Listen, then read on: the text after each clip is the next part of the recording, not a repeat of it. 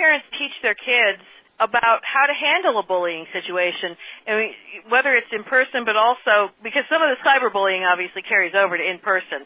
They're teased by kids Sure. in school and things happen. But whether it's in person or whether it's online, what can parents teach their kids as mechanisms to prepare them so they don't become victims?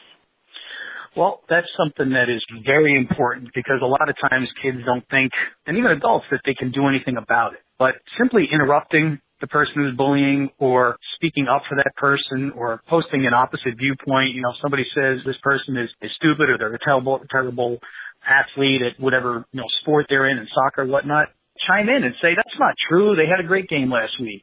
You can interrupt the bully and sort of try to take their attention elsewhere.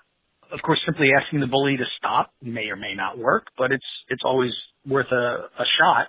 They can encourage the person being bullied to refrain from responding to someone who's bullying them, whether it's online or in person. They don't want to be singled out. And when a bully sees that they're getting a rise out of somebody, what are they going to do? Probably redouble their efforts because they know they're getting a response from that person.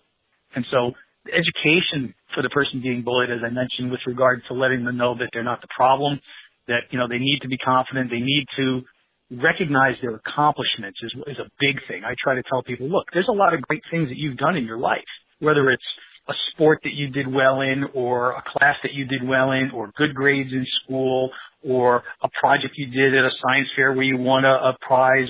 There's all these little things that happen along the way that can give children confidence, but I think a lot of times after the fact they forget about it. And as parents, it's our responsibility to sort of bring their attention back to that, especially when there's something happening in their life that is causing them to doubt themselves and doubt who they are and sort of shatter their confidence and self-esteem and their self-image, and they just don't feel good.